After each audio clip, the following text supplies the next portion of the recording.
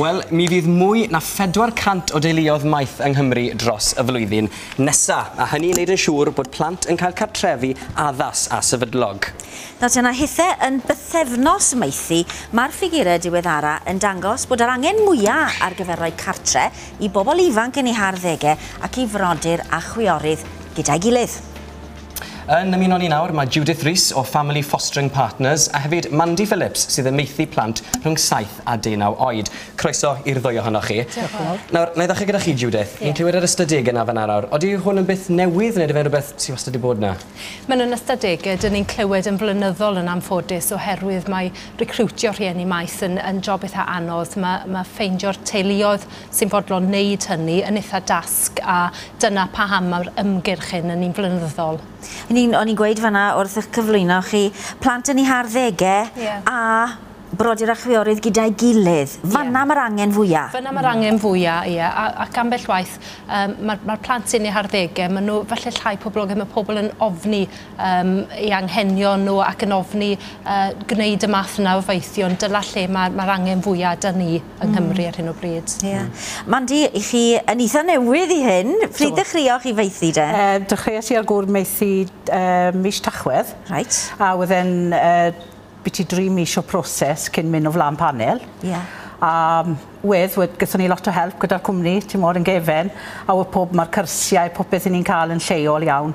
So mae'n addas i bob un wedyn. Tymor byr i chi wneud, ynddo fe? Tymor byr o dwi'n neud, fel respite maen nhw'n galw fe. Os oes crisis gyda'r foster carer arall, ni ar gael, neu dros ydy rhywun mwyn â gwyliau, beth byna. Fe dyna oedd eich dewis chi, dyna o'ch chi moyn neud? A dechrau, Felly, pam penderfynu maethu te? Achos mae rhywbeth dwi wedi boesio wneud ys blynydde, ond nawr o'r amser reit, ti'n modd? A mae'r peth gorau i ni wedi wneud. Odi, mae rai fi gyfaddau, odi, mae fe'n. Mae'n waith caled, ond mae'n amazing ar diwedd, odi. Just y profiad. A just helpu, gweld plentyn yn just hapus. A faint o blant chi wedi cael ers mis Tachwedd diwetha? 4. 4 wedi bod yn gyd, wes. Mae rhywun da fi wedi bod penwythnos ar y funud, wes. Felly, Judith, pwy sy'n gallu neud hwn? Oeddi unrhyw'n yn gallu neud e? Mae'n bob math o deuluodd yn gallu neud hyn, a dyna'r neges, dyn ni moyn cyfleu wedi gwir, achos mae cymaint o bobl yn meddwl bod rhaid i chi fod o ryw gefndir perffaith, bod rhaid bod chi'n gefnog neu berchen eich tŷ chi'n yn embriod. Dyw hynny ddim yn wir. Y pethau dyn ni'n edrych am yw pethau fel y gallu i weithio gyda ni fel tîm, i gynnig sefydlogrwydd i plentyn, a mae yna bob fath o deuluodd yn gallu gwneud hynny. So byddwn ni'n annog pobl i just cygweld os ydyn nhw'n gallu neud e. Os dim hyd yn oed rhaid bod chi mewn perthynas neu'n briod, os ych chi'n berson sengl ar ben eich hunan, llwch chi'n neud e? Mae dyn ni pobl priod, pobl hoiw, pobl straight o ddim yn ei gwaniaeth, y gallu i weithio mewn tîm a i gynnig sefydlogrwydd i plentyn sy'n bwysig. Lle di weithio ni tîm, os oes rhywun yn dod ata ti fel nath Mandy nawr nôl mis Tachwedd, neu cyn hynny wrth gwrs, yn dyfe, beth yw'r broses mae rhywun yn goffa neud, achos fi siŵr bod lot o bobl falle, fan hyn, ti'n mo? Ydy, mae'n cymryd fel wedi Mandy, rhyw 3-4 mis i fynd o big o'r ffôn lan i ofyn am dechrau maethu i'r pwynt le maen nhw'n mynd i panel a wedyn maen nhw'n gallu derbyn plentyn mewn iddi cartref nhw.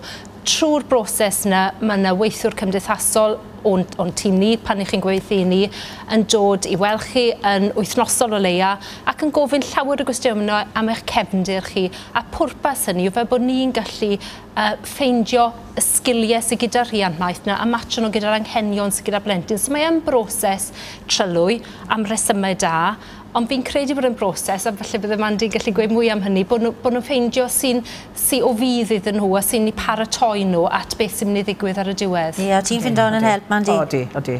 Mae nhw'n gefen mwr ydyn. Chi'n amlwg yn siarad Cymraeg, ond os yna brynder o bobl sy'n meithu sy'n siarad Cymraeg? Ni yn lwcus iawn, mae gyda ni rhyw 2 neu 3 o deuluodd sy'n gallu siarad Cymraeg, rhai fwy rhugl na'i gilydd. Ar y cyfan, wedyn ni mae plant uniaith Saesneg a gofal dyn ni ar hyn o bryd, ond mae'r gallu i allu cynnig y gwasanaeth yna'n Gymraeg wrth gwrs yn bwysig i'r un person sy'n angen e.